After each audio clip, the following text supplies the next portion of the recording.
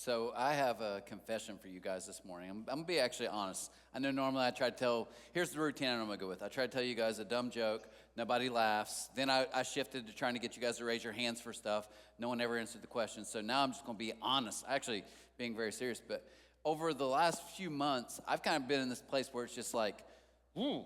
And I think this is kind of like the heart of this series. We're going to be in 1 Kings chapter 19 for 4 or 5 weeks, maybe 6. And wanted to kind of talk about, you have a breakdown from this guy who's a prophet. His name's Elijah. And there's a king and queen kind of not really going God's route. And God kind of does a lot of crazy things in the middle. But this chapter 19 is his breakdown. And it's literally kind of just his mental just like losing it. And for me personally, just being honest with you guys, I think over the last several months, it's been to me just almost like this same feeling of like, I don't, and I'm not, let me pause, because I get guys, we're the tri-state, right? Blue collar, I get it. It is not like, your job's so tough. Like my mom and dad are like, what do you do all day? Sit in your underwear, watch YouTube videos. I get, none of you think I do anything, but that's fair. And I'm not like, sympathy card, but it's been like just completely like overwhelmed in a lot of ways. And part of that has been just put it all the cards on the table. In the spring, we really like kind of overflow and we're setting out chairs and just like a lot, which is a good thing. I'm very thankful, love this church, glad to be part of it. But we're like, hey, we probably need space. So now it's time to take a next step. So we came up with literally the What's Next campaign. And so we're looking at, hey, we kind of had a goal to try to get to $500,000. We're going to build another building right beside this one. All the adults will go over there. Kids space is insane, right? But I kind of had some inner turmoil because I'm like, I'm cheap at heart and I want to save money. I love to run lean and mean. So for me, and I know some of you are like, again, this is like 2 bad openers in a row. I get it. It's kind of boring.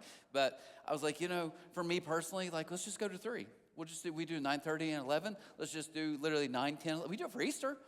And I'm talking to our volunteers, like Alicia with the kids, and she's like, woo, and the band. And then you got all these different people that make this happen. And like, so you want us to do another hour and we're just volunteers. And so it's stressful. It's like, okay, maybe we can't do that. But to build, now we've got to do the construction, all the architecture stuff came back. It wasn't fully right. It's finally done. So now 2 bids have came in. We got another construction company this week, but I've got to meet with banks. And here's my whole point, okay? That is, for me, in my world, pretty overwhelming. I love football. It's the greatest sport in the world to me. And I love coaching football. I need to. It's good for my brain to get in that world. But now season's starting. And for me, that's another 20 or 30 hours of work, of watching film. So I'm kind of like, whew, right? And then you add on to all that, I've met with a few people and kind of doing a side hustle. I got 2 kids in college. So like, man, if I could do this would probably help and make things cheap for school and it would help our family financially. But on the side, I'm trying to do several hours of that. So I just feel like, ooh, and just like literally a month ago, I thought, I can't do this anymore. And I won't say too much, but I think even my wife and I, like just all of life in general, she told me the other day, she was like, the last 3 months have probably been, other than our son being born deaf and that kind of few months, she was like, this has probably been the hardest 3 months of my life. So I think we're both kind of like, can we do this? And again, I don't want sympathy. I don't want emails, none of that. I'm just saying, what do you do when you get there? What do you do when you get so overwhelmed that you think, I just can't do this anymore? I read, there's a book called The Anxious Generation, and it's all about Gen Z. Gen Z are the people who are born, most say 1997 to 2012. So if you're born in that range, most people would put you in Gen Z. But here's what was fascinating about the book. He has all these studies and he's like, this is probably the most like medicated, like anxiety driven mental health. He's like, it's an incredible rise. And I get authors make up their own stuff. But he says, if you look, Gen Z is really the first generation. Every other generation before them had what we call play-based childhood. They're the only generation that now has a phone-based childhood. And this guy argues, I think we're seeing some of these effects where it's like literally they, when we were kids, the stuff that we didn't have to think about, wasn't even aware of. Now it's like, no, an 8-year-old's like, I get, like they get it, right? They get the world. And I'm not going to do 6 weeks of phone bashing, right? The phones did not invent literally insecurity, but it maybe did allow you to have insecurity 24/7.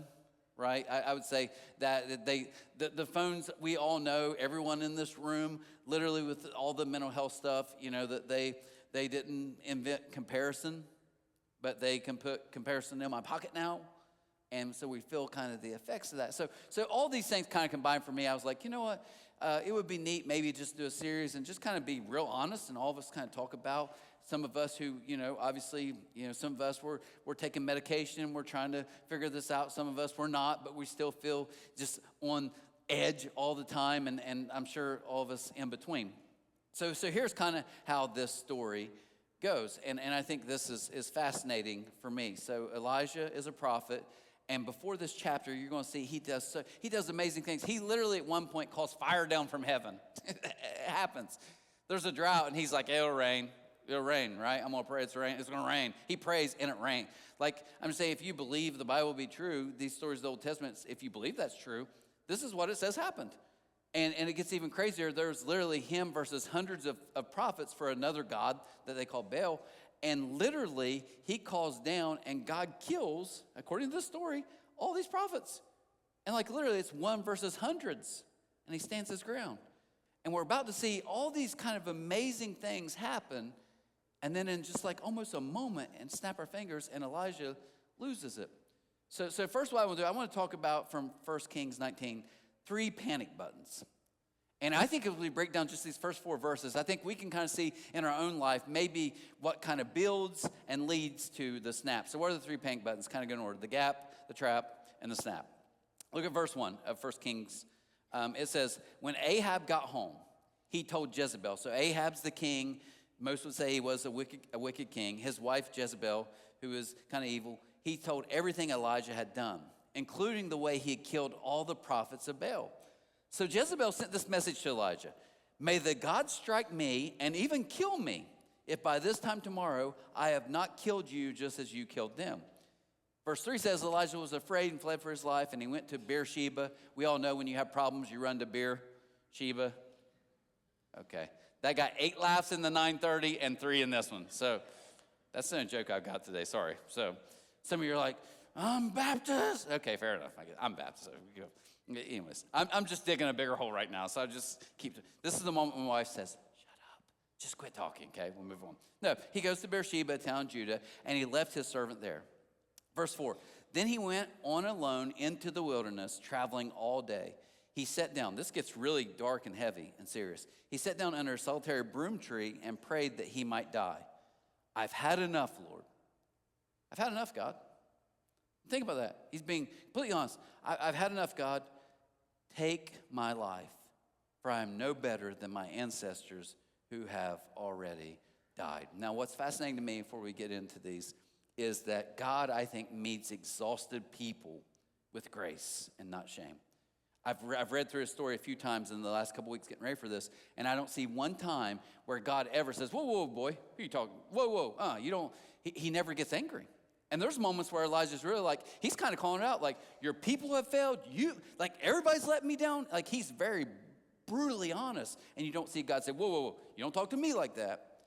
Never once does it even show that he gets angry. He actually meets him with grace in his lowest moment. So what are these? I just want to give you these 3 real fast and give you what I think are kind of panic buttons in the story. The first is this: the blueprint gap. The blueprint gap. This is the disappointment. This is the disappointment, I think, when we say, this is not how I thought it would go.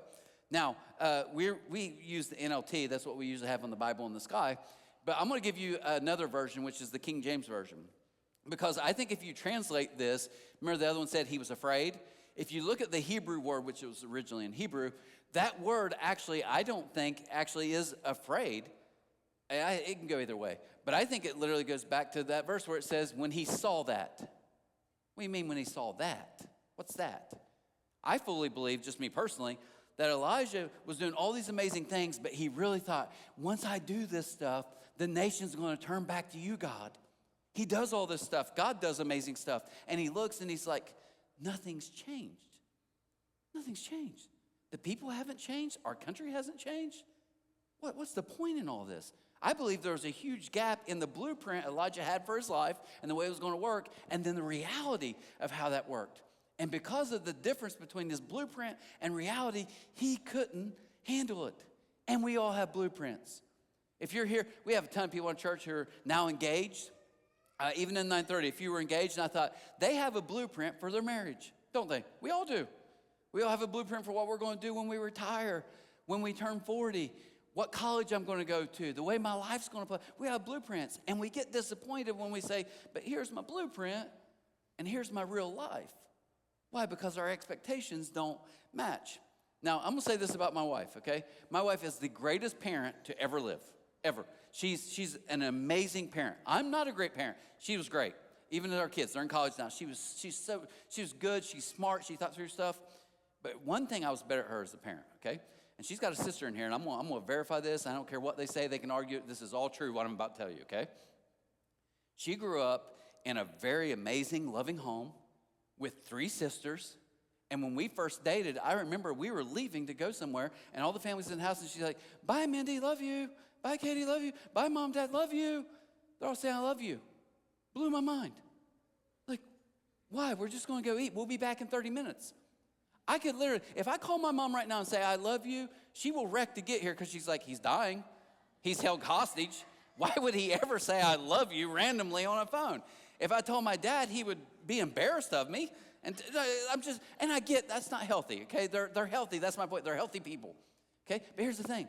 Her and her siblings, she loves her sisters. She loves them. They get along. So when she was pregnant with our son, and then our daughter after that, she thought, these brothers and sisters, they're going to love each other like I love my siblings. Now, I grew up with all brothers. I love my brothers. I've never told them that. I never will, okay? But do I like my brothers? Sometimes, right? But we grew up, literally, it was a war zone 95% of the time. We're trying to kill each other. I don't think there's many moments where I just thought, oh, this is great to be in this house. No, like you're trying to survive every day of your life. But here's my point. When I had kids, my expectation is they probably won't like each other. And that's okay. And you know what happens? So much in their life, I can't tell you how many times, and this is verified. She'll get in bed and she's like, do you think they like each other? I'm like, no. They're brothers and sisters. Yeah, they love each other, but they don't probably like each other. And she's like, it kills her soul. Why? Because she had a blueprint of how her children should act. My blueprint was so jacked up and out there that anything, every now and then, like they'll do the smallest thing for each other. And I'm like, that's pretty good. I'm proud of you guys. Why? Because the blueprint, what they're doing hasn't changed, but my blueprint of my reality has changed. And I'm going to go just a little deeper than this. I'll tell you, I think here's the problem. I'm going to talk to all you people in here, okay? If you love rom-coms and romantic movies, keep watching them. Do your thing. My wife loves, like, romantic stories. We watch Young Washington. We get in the car, and she was like, she loves history. That's a great movie, but I wish it had a better love story. Yeah, that's what we're all hoping for, right? Come on. But here's what caught me. Every love story you watch, what happens? It always ends at the wedding with a kiss. Can I talk to all of you who aren't married yet? That's not real life. It doesn't end at the wedding with a kiss. But I thought, all these people watch this. It's like, that's the blueprint. You know my favorite shows, and I know this is probably get me fired. I love anything with the mafia and serial killers. But I got to think about this for a second. Every show or movie I watch ends bad. Everybody's dead. It's sick. But my blueprint, at least for life, is life can be tough, right? Sometimes it doesn't work your way. Sometimes your neighbor wants to kill you and eat you, whatever. But it's the blueprint of how it works. The blueprint, the gap. That's our problem. The second one, though, is the isolation trap. The blueprint gap, the isolation trap. This is when we withdraw and say, I need to get away from everyone. Did you notice what he did? He's walking. If you looked on a map to Beersheba, it literally is like 100 miles from where he is. It's a long journey. He gets down a little bit in the ways, and he looks at him and says, I want to go by myself. You see, when we start getting real stressed, what we do, and it's so weird, but we want to push everybody away.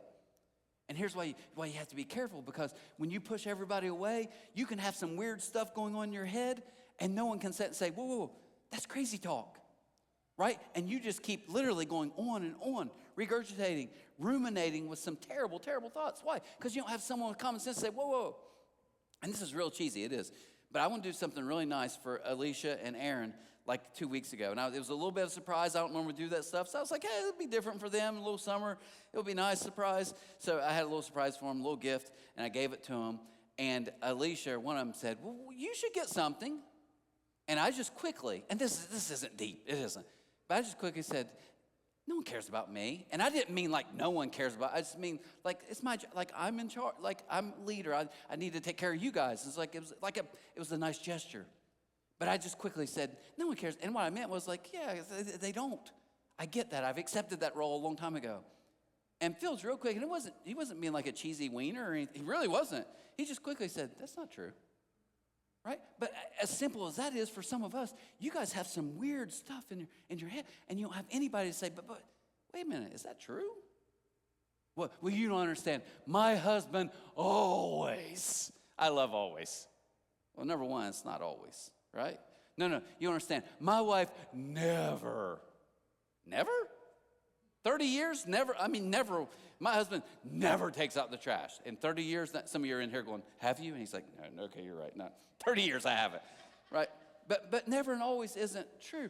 We need someone to actually stop in here. I love the trash vehicles, okay? This is a disgusting on me. I can literally, my kids hate when I drive their car. I can go get gas for my daughter at Speedway, literally when she was home in the summer, and come back and she's like, how are there 3 water bottles and an empty bag of combos in my seat? She's like, you're the messiest person ever. I trust, so no one ever wants me to drive their car. Why? Because in 5 minutes I have it trashed. That tells me for all of you in here with nice cars, you don't want me in your car.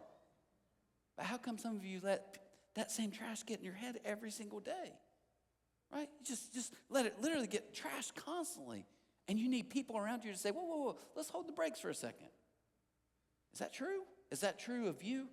The isolation trap is dangerous because what he got to do, Elijah, was just now roll with it. It's worse. It's worse than I thought. It's getting more worse. And the more you keep talking to yourself, the more dangerous it gets. Which leads to the third thing, the internal snap. This is when you finally blow up, implode, explode, doesn't matter, and you say, I've had enough. I've had enough. He literally says, I've had enough, Lord. And you know what I've learned after being married for over 25 years? When someone snaps at you, spouse, parents, whatever, sometimes it'll be like the smallest thing. You're sitting there thinking, okay, I left a towel in the bathroom. But it's not just a towel. I was thinking back when I was a kid, my mom, I don't know if my mom, she's here, I see her. My mom's here. I'm going to tell her for just a second. I remember her losing her mind one time about me not picking up after myself. My wife now, who's been married to me, will say this, your mom should have yelled at you a ton because you're horrible to live, like you don't take, like I get it. But I remember her getting real upset, what I thought was really small, when I was like 12 or 13. And it's just like, in a way, I wanted to walk away and laugh and be like, no one should get that upset. It is so tiny. As you get older and get a little wiser, you realize, I bet, going back and looking, let's see, my dad got laid off, right? We had a couple things in the family I remember distinctly, tough times that happened then. You know what? I bet more than likely that wasn't about that at all. And that's what happens if you catch yourself snapping on the tiniest of things, you got to pause and say, but what's really under the hood here? We all do it. We all do it. Sometimes I yell when the kids be home about something, I'm losing my mind, and John looks at me like, really? But it's because there's something deeper. What we typically causes us to snap is rarely the thing that builds the pressure. So here's the panic buttons. I think we get the gap, and we're upset because this was the plan, and now my plan's going somewhere completely different, or my plan blew up. So then what happens is we typically want to push people away. I'll deal with it. I'm tough. I can handle this. I'm a guy. And we push everybody away, and then we start getting crazier thoughts in our head until finally we snap and explode and say, I can't do this. I'm walking away. I talked to a guy, and I remember he was like, he left his wife. And I remember I was like, oh, this came out of nowhere. It's like just nowhere. He left. He left you. Like, I felt so bad for her. And she said, it's been happening for about 5 years. I think he left 5 years ago. Yeah, we've been in the same house. But he has been withdrawing and checking out for 5 years. And then finally, the snap. So what I'm going to give you this morning, here's the good news. That's kind of the bad news. Here's the good news. We're going to fast forward hundreds of years to a guy named Jesus. And I want to give you 3 easy buttons: the drop, the stop, and the swap. So what I did a little science experiment. I asked several people, many of you are in this room right now. I texted several friends, several Christians, and I just asked them, I said, when you think of, I had a few of my friends who don't think all this is fake. They laugh at me every day. They're like, you spend so much time on this make-believe. I was just thinking, even as I was telling that Old Testament story, one of my best friends would have loved to be in here and been like, you believe that? You believe fire came from heaven and killed people? Like, you believe that? Come on, man. You're an educated person. He would love it. Ask him. But that question made a little different. I said, when you think of Christians, what do you think? But for all my kind of Christian friends, I said this. When you think of following Jesus, what's the one word just instantly comes to mind? Following Jesus. What is it? Following Jesus. Good. What do you got? Give me some words. Give me. Huh? Love. Okay, it's a great one. Anybody? Trust. Okay, very good. Peace. Dang, you guys are killing it. You three are excellent. Get up here, right? Yeah. So yeah, and there was several of those. Someone said love. Someone said the cross. Someone said obedience. Someone said, what is it? Great. Okay. Here's the thing that happened. And I know I got to be careful because it'll start turning into a hootenanny. You'll be shouting stuff. I get nervous. But here's what I also heard. Hard. Tiresome. One person told me, they said, confusing. Okay? So several of those things. And here's the argument I want to make. And if you're a really churchy background, if you're not a churchy background, you'll be like, oh, good news. But if you're a churchy background, you'll probably be like, because you'll have all these verses in your head. But what if I were to tell you, what if the key word would be easy? No one in all my conversations said the word easy. You're like, well, because it's not easy. It's not easy to be a Christian. Not easy to follow Jesus. It can't be easy, right? You got to take you got all these verses you don't go with. That's fine. But let me give you this. Verse 28, Matthew 11. Then Jesus said, and in context, just so you guys know, he's talking about people coming to follow him. Come join the way, his way, okay? That's the context of this. Then Jesus said, come to me, all of you who are weary and carry heavy burdens, and I will give you rest. Take my yoke upon you. Let me teach you, because I am humble and gentle at heart, and you will find rest for your souls. Some of you in this room, some of you watching online, more than any gift you could ever have in the world from God right now would be that your soul could finally, internally, you could just rest. And he says, for my yoke, this is a reference to an old farming with animals, my yoke is easy to bear, and the burden I give you is light. Now, most of this crowd would have been Jewish people who grew up, got to learn the Old Testament, got to do all this, and he says, no, my way is light. My yoke is easy. That would have blew their mind just as much as it blows ours today. So let me just give you what I mean by those three words, okay? I want to challenge you on this. And this is where some of you maybe can wrestle with this week. Drop the weight. It's easy because it's impossible. Because some of you in here are like, no, if you think of the standards and keeping the commandments, like it's easy because once we realize all of Jesus' teaching, okay? Here's what Jesus always does. He's a master of it. He always wants to get you to the end of yourself and me to the end of myself. Because my self-effort is never going to be enough to do it. Some of you in here, in this room right now, there are people in this room, listen to me, who make way more money than me, who are a million times smarter than me, more talented than me. I accept that. But Jesus would say, even for you, you can't be God. It is impossible for you. If you want to try to carry your family, you can't. I'm going to carry this church. You can't. You're not built for it. It's easy because I accept that it's impossible. I get to drop the weight. My daughter Tegan, I told you last week, moved in at U-Pike, and we went in, and I looked, and she was literally like a little sergeant. She had her list, and she was like, every piece of furniture in her room had to be moved somewhere else. Insane to me. I was like, can this cabinet at least stay here? It's 500 pounds. Nope, it needs to be in that corner. Okay, so I spent my whole time basically doing CrossFit plate pushes because I'm pushing all this stuff in different places on the floor. Anyways, as I'm doing that, it's about 15 minutes, 20. I'm sweating, tired. I get everything moved, and she looks and she says, that's pretty awesome.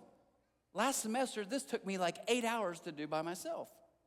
You know why? Because she was trying to carry all the weight. We have a dumpster out back. When you parked, you probably saw. What if tomorrow you say, hey, Trent, empty the dumpster? With what? You. I can't. It's impossible.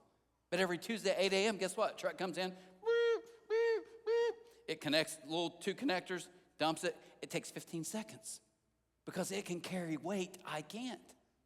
Jesus is saying, no. You think about his teachings, and here's where I think we get into, remember the Sermon on the Mount, remember what he said? Don't commit adultery. Don't murder. And some of us in this room would be like, I'm good. You say, well, let's take it a little deeper. Let's go 2.0. If you even hate or can't stand or even angry with someone right now, you've killed them in your heart, so you're a murderer. If you even lust after one woman, one time, just walks by and you go, you've already committed adultery in your heart. But Jesus, that's all of us. Exactly. He doubles down. He says, so here's what you got to do. You got to be perfect as your Father in heaven is perfect to make the cut. And everyone goes, impossible. And he says, that's why it's easy. It's easy because it's impossible. Jesus didn't come to help you become better at carrying the impossible. He literally came to carry you through it. So the good news, number one, is we get to drop the weight. It's easy because it's impossible. 2, stop trying to earn it. You know why it's easy? Because it's already been covered. Your tab is covered. We have a kids club after school program here, and so proud of Alicia and Cassie and that group. And Tamiko's here, Tanya. I could say a bunch of names. I'm going to miss some people, but they're amazing, great with these kids. But what I love this year is they said, instead of waiting all summer, because these kids a lot of times don't have much to do, so we're going to do a field trip every single week. So every week they go somewhere. And at the very beginning of the year, of the summer, we took them to Camp Landing. And I loved it because I got to be the cart. So they're eating pizza. None of them care. They're eating fast because they want to go play games. But I had all the cards. So it's like, hey, go see Trent. He'll hand you the cards. So all these little elementary kids are coming up. I'm handing them cards. And literally, they were like, how much is on it? And you know what I said? Don't worry about it. I got you covered. Because what they didn't know, I had like an extra 30 cards in my pocket. I was walking by and kids were like, my card's empty. I'm like, no, it's not. Have another. Partially because they love me, right? Just remember, I'm better than Tamika and Alicia.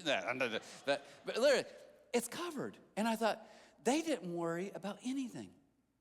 They literally, every Tuesday or Wednesday of every week, get to go on a field trip, have the time of their life, things that many of them will never get to experience. And you know what we get to say? It's covered. What about my food? Covered. What about all the stuff? Covered. This is what Jesus is saying. He's like, look, it's covered. No, you don't understand. I can't match up. This is Elijah. I can't do what you need me to do. And God says, chill for a second. I've got it covered. That's the good news. I don't have to keep working harder and do more. I don't have. I get to if I want, but I don't have to because it's already been covered. But here's the last thing I would say about this as we kind of close this out. I know I've been all over the place, but I want you to think about this for a second, okay? So some people, I think Christianity, and maybe they're right, I disagree, but they think Christianity is basically, here's the summary of it all, okay? Here's a high standard, you can't meet it, you failed, you sinned, and now Jesus had to pay the price for you, and because of that, you get to be in heaven. I think that's true, all that's true, but I think that's such a small part of what Jesus is telling us here, right? He's not just saying, you're going to mess up and I'm going to cover all your mistakes, even though that's a great deal. I love that deal. He takes it a step further. That's the last one, the swap. We get to swap his strength for mine. It's easy because he lives in you. Now, that verse, last one, he says, my yoke is easy. So that's a picture of like 2 cattle, 2 ox. And they would yoke them together like this piece of wood or somehow be tied together. And he's saying, as you walk with me, this load you're trying to carry by yourself, it's impossible. But as you walk with me, guess what? I got you covered. But he does something even better. He says, and I want to live in you. I want to live in you. Now, as we close, I think we hear this so much, we don't really kind of think about this so much, but I told you at the very beginning, just this last several months, I've literally said the phrase, God, I can't do this anymore. And I've realized something. That's not bad news. That's a breakthrough. Because Jesus is like, yes, exactly. I need you to literally drop it, stop it, and take this great swap. Romans 8:11 says, the same spirit that raised Jesus from the dead now lives in you. If you've trusted him, it now lives. Think of that for a second. You have that same amazing power. So what's life really about? What Jesus has already done and what he's currently doing in and through me. Christianity is the only belief system I know of. And I'm partial. I get it. I'm partial. We have some people from different faiths even that attend here and are checking it out, and I think that's so awesome. Literally, I'm talking like world religions in here. Amazing. I get they would have their little spin. But Christianity is the only group I know of that I've truly studied that says, I can be myself, fully Trent, all my nonsense, all my inappropriate sayings sometimes, but I can also be fully Jesus at the same time. Because it's a partnership. It's a partnership. So as we close, one of my business ventures, I'll tell you this, because I was trying to think of a way to close this out, maybe talk about AirDrop on a phone or whatever. But I thought, one of the guys that basically sat down with me a few months back, and he was like, has some business stuff, and he said, could you help me with like some technology? Like I heard you kind of say it's like here, how you use some technology to make things easier, blah, blah, blah. I know it's boring. But he asked me, he's like, could you? I was like, yeah, we'll sit down. So we sat down, we're kind of looking how to like streamline and make things go a little bit faster. And I set him up, so I took like his basically the first step was I took his email, and I was just like, this will funnel through and all the garbage it's going to get rid of. But it's going to prioritize like the top 5 emails you need to read today. And he loved it. And he used it. It was great. And he texted me one night, and he's like, this isn't working anymore. Like, what do you mean it's not working? So I'm looking back at like what we did, and I'm like, okay, so there's a login error. Long story short, I know all of you, I lost you. You're like, you should have just ended it a long time ago. But this was so cool. I said, here, do this for me. I said, I'm going to send you a code. Tell me what that code is on your computer. He's like, okay. He texted me back the code.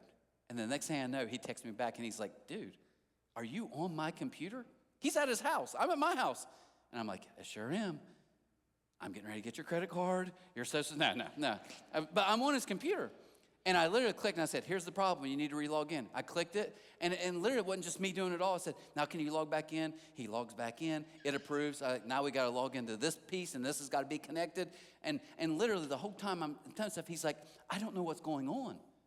And all he simply did was I took over on his computer and said stuff and then said, do this, do this. And he just walked with me through the whole thing. Clicked a few times, and then at the end, in 15 minutes, I was like, you're good. You're good. He was like, that's the craziest thing I've ever seen in my life. I think there's something crazier. Jesus, the Son of God, says, I'm not just going to walk with you. I'm going to be in you. So tomorrow, here's what I would challenge you to do. Before you lose your mind, before you get so stressed, or today that you can't even fathom, before you worry yourself sick about all the what ifs that could happen, what if we could all just do this? You're in me. You're with me. You walk beside me. So tomorrow, before I flip out, before I think I got to carry the world on my shoulders, before I think all of this hinges on me, I get to relax, and God says, you're good. Drop it. Stop it. I'll swap with you. We got this covered. And I get to enjoy the good news. Guys, that's the good news of the gospel. Not just for one day, for today and tomorrow. So here's what I'd love to do. I'd love to just pray for you guys. If you would just close your eyes for just a second. If you're online and you're not driving, you can close your eyes. For some of you in this room, you know, I didn't talk about a breaking point for me was a few weeks back. We had, I think, 5 funerals in 6 days. C3ers. We have so many sickness and people's stuff is not going well right now, and it's heartbreaking. But I know some of you in this room and watching online that are struggling too. So if that's you today, nothing weird, don't stamp nothing. But if you've just been like maybe just feeling it lately, feeling overwhelmed, stressed, and you just say, Trent, could you just at least just pray for me? Maybe I'll be reminded of the good news. Thank you. Thank you. Thank you, guys. Thank you. All of you. Thank you so much. God, I pray for people in this room who would raise their hand and say, I am overwhelmed. I'm stressed. I'm freaking out. Remind them of your good news. And God, I pray for some people in this room who are watching online right now that didn't raise their hand because they're already to the verse 4 where they're saying, I'm done. I'm out. I've checked out. Remind them today that with you, the story's never over. Never over. The same power that can raise someone from the dead now can live in us as we put our trust in you. Help us to believe more of that today. Help us to have a better week, this week of peace and control by trusting you. As we drop it, as we're reminded we're covered and we're reminded that you live in us. Thank you for that amazing wonderful, somewhat mystical gift that none of us can explain. And we ask these things in your name, and amen. Guys, hope you have an amazing week. Aaron's going to be taking week